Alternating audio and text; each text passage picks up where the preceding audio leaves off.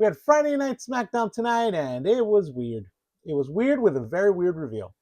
This is Friday Night Smackdown Explained. Subscribe, comment, like, do all the things. I really want to talk about this one. It was Pat McAfee. It was Pat McAfee. Pat McAfee was who was talking to Randy Orton this whole time on the phone.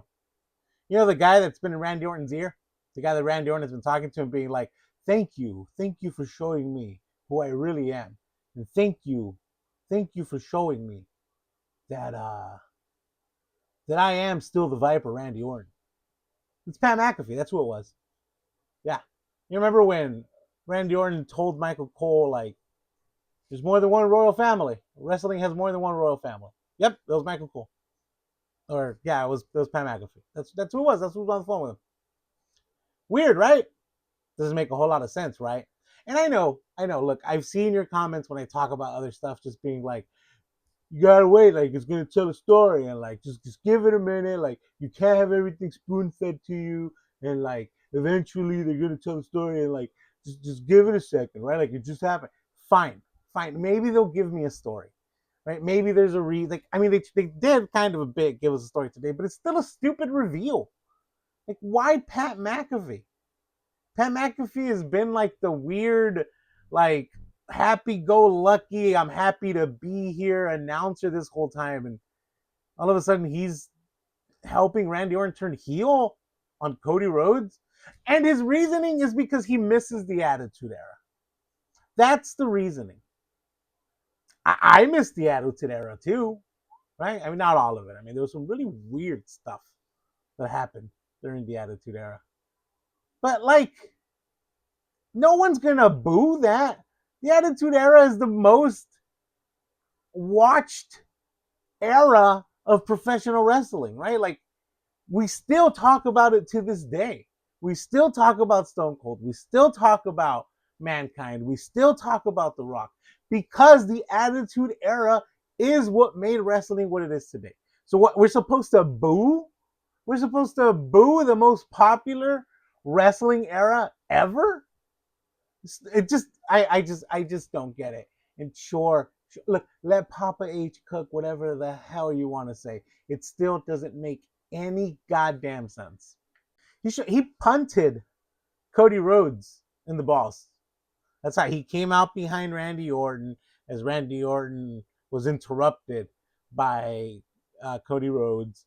Cody Rhodes had Randy Orton in the corner, and then he punted him in the balls, and then they beat him down. And no one got in the ring. Like none of the security guards got in the ring. Like they'll get in the ring for Obafemi and Brock Lesnar, right? And they'll try to separate them, but not Pat McAfee. It just look again. We'll probably get more of a story, and I honestly do feel like there is going to be more to this. Like this,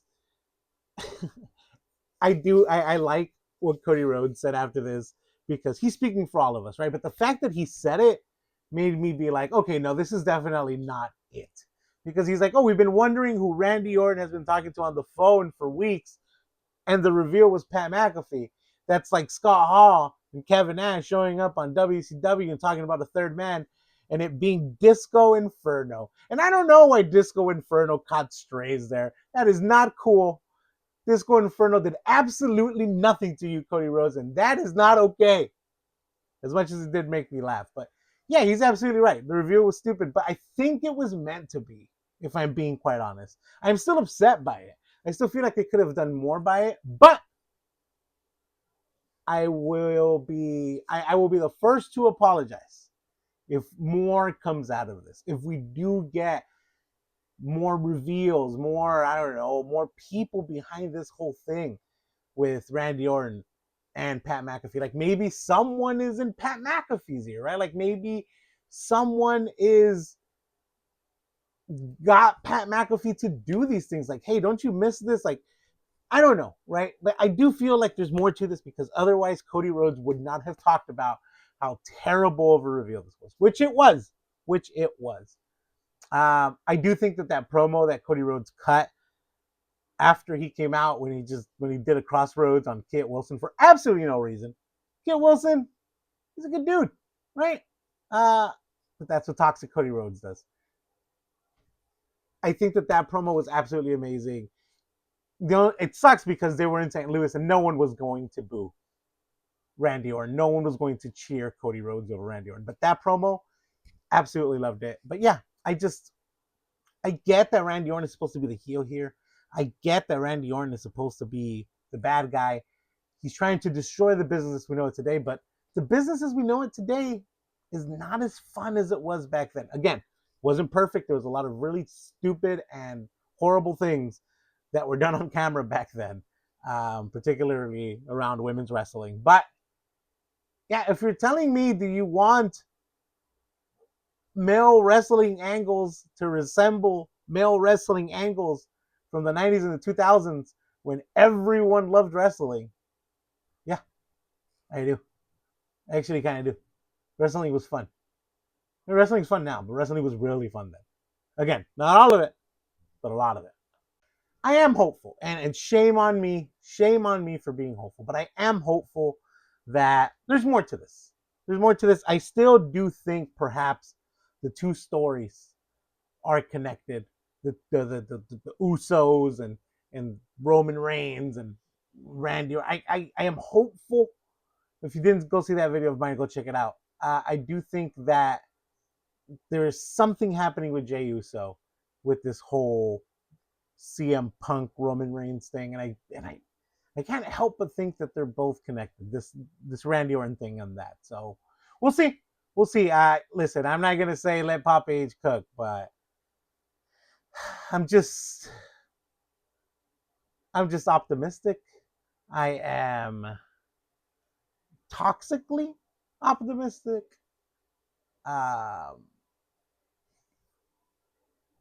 Give me something, WWE, because this WrestleMania feels so random right now. It feels so random, and I hope I'm wrong. I hope that on April 20th, after we've all witnessed WrestleMania 42, we've experienced some of the best storytelling in WWE modern history. Time will tell, I guess.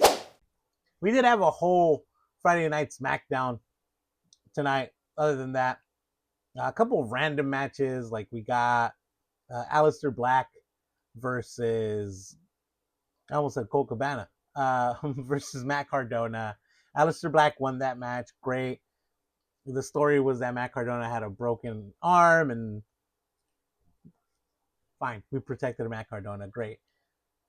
Again, there was really no reason for this match, but I enjoyed it. It was fine. We also got a random match, but amazing. We got Kit Wilson and The Miz, as I mentioned earlier. Kit Wilson and The Miz versus Damian Priest and R-Truth for the tag team titles. Danhausen was all over this. I can't help but think at WrestleMania we're going to get Danhausen versus The Miz, and I have absolutely no problem with that. Silver lining on today's show, no jelly roll. Mwah. Absolutely amazing, no jelly roll. But that match was fun. That tag team match was fun. It was for the tag team titles. R-Truth just took it upon himself to make that match backstage. Danhausen was like, I can uncurse you. He told The Miz, of course, and Kit Wilson, I can uncurse you if you let me go out to the ring with you. And The Miz refused. Danhausen came out in the middle of the match trying to curse.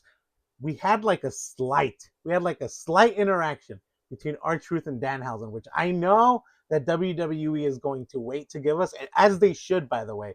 But Danhausen got up to the ring. He held the ring rope. He was trying to get a tag in from The Miz. The Miz was like, that's stupid. You're not in the match. But R-Truth tagged him in. And then Danhausen got in the ring. He was about to curse The Miz because The Miz was a jerk to him. And The Miz pulled the ref in front of him, and he accidentally cursed the ref. Great segment. Then The Miz was about to give Danhausen, what's it called? Star Clashing Finale. What's it called? His finishing move. And the lights went out, and he left, and that was absolutely fun. So much fun. I like what they did with the ref here, because since the ref was cursed, The Miz was about to get the win. The ref counted 1, 2, and then his arm cramped up. He couldn't count to 3. The Miz got up angry. R-Truth and Damian Priest took full advantage of this, and then Damian Priest pinned The Miz 1, 2, 3, and then they retained the titles because the referee counted with his left arm because his right arm cramped up, but then his left arm was fine.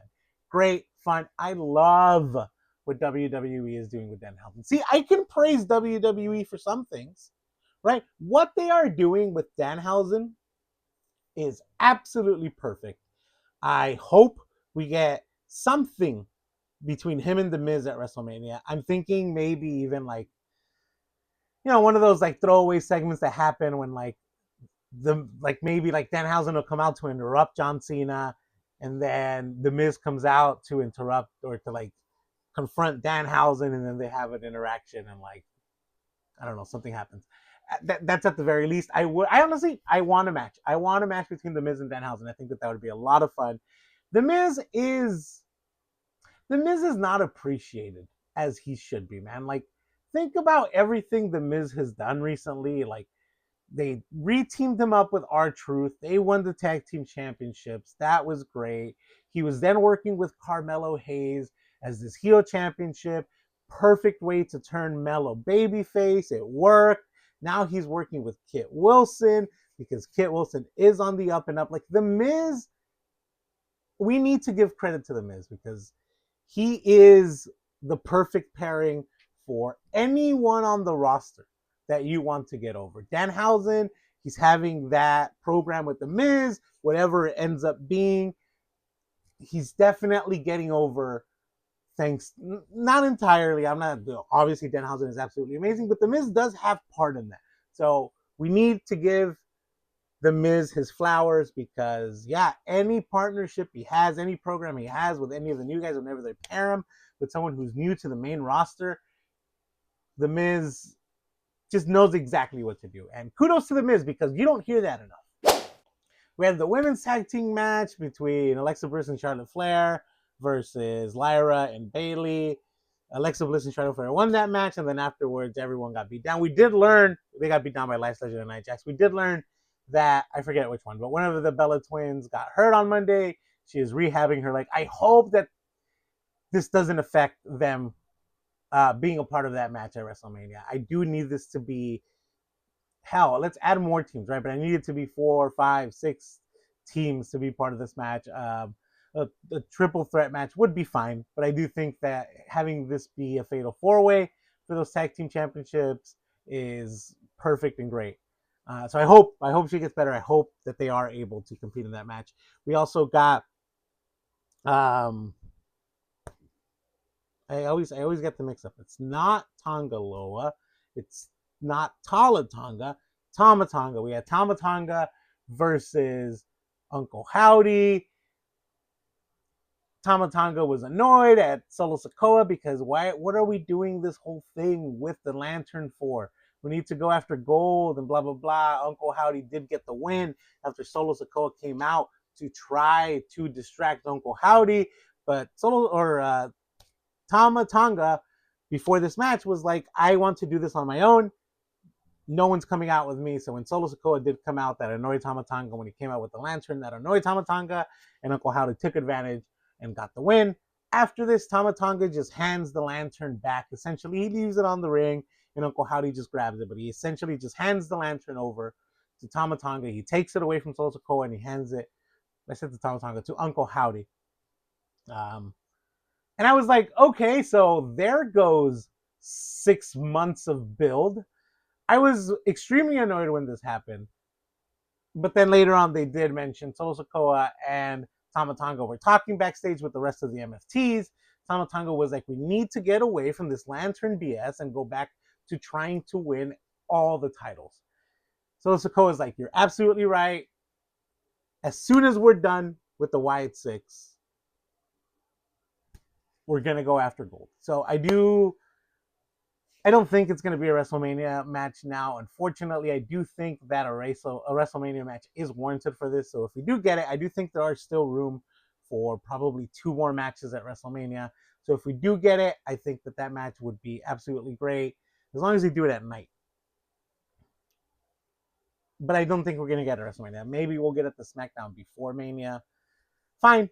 that's fine. I do think that someone's turning on someone. Either the MFTs are turning on Solo Sikoa, or everyone is turning on Tama Tonga.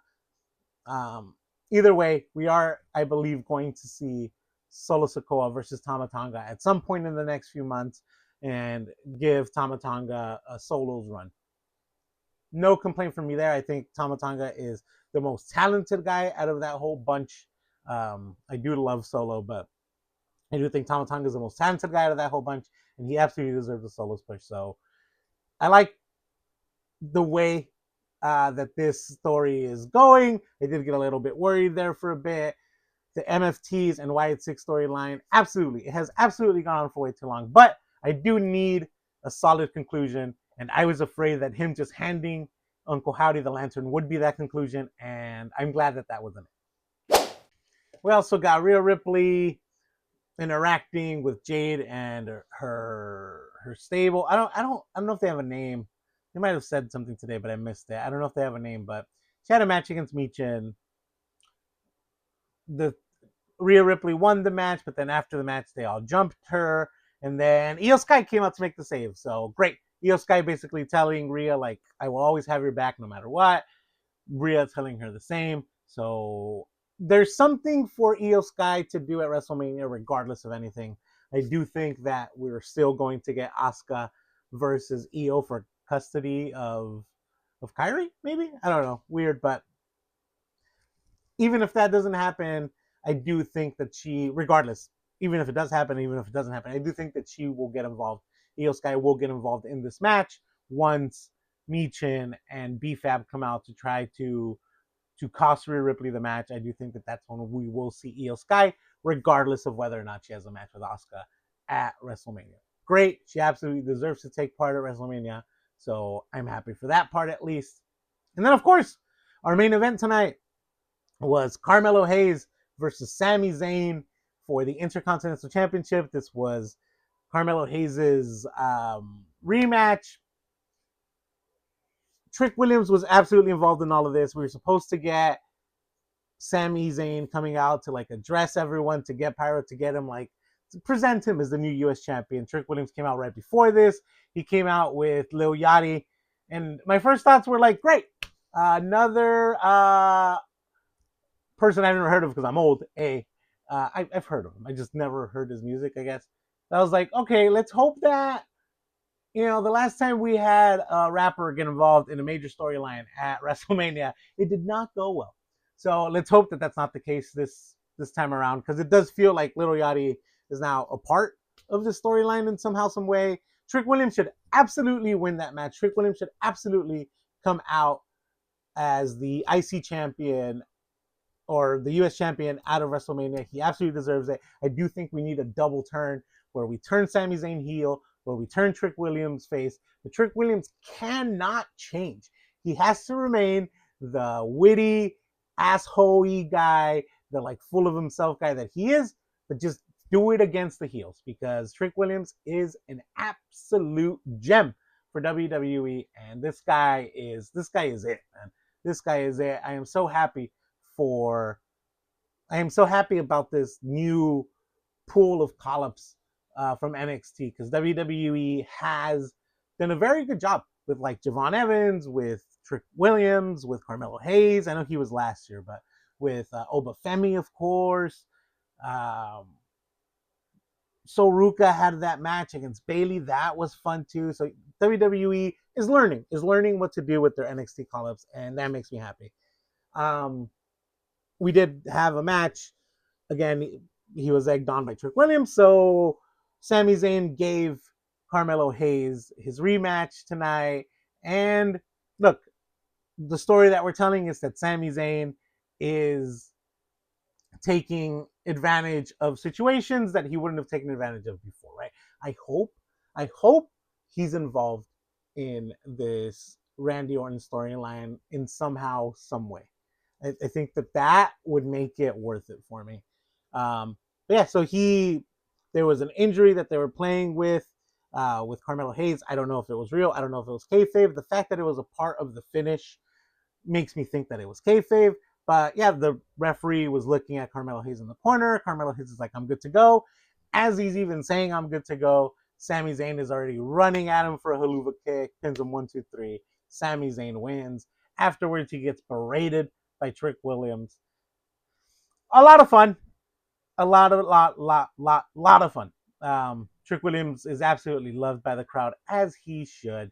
Yeah, not much more to say here. Maybe they can still turn this into a triple threat match. Maybe not. Maybe they'll play the injury angle as to why it's not a triple threat match. But either way, I think Trick Williams needs to come out of that U.S. champion. I did want to say that the difference between this and what I've been saying with Penta having to defend his title against Kofi Kingston and against El Hijo del Vikingo, the issue there is Kofi Kingston was not going to go face El Hijo del Vikingo at Triple A. It just wasn't going to happen. It wasn't even an option that they mentioned, right? And Penta is on the poster. They're saying Penta and these 4 other guys for the IC Championship in a ladder match. They're not saying Penta or El Hijo del Vikingo, depending on who wins that match. For that Sami Zayn and Carmelo Hayes match, they did put the poster up of Sami Zayn and Trick Williams, but they were like, this could all change tonight if Carmelo Hayes wins. Right? If Carmelo Hayes wins, then it'll be Carmelo Hayes versus Trick Williams.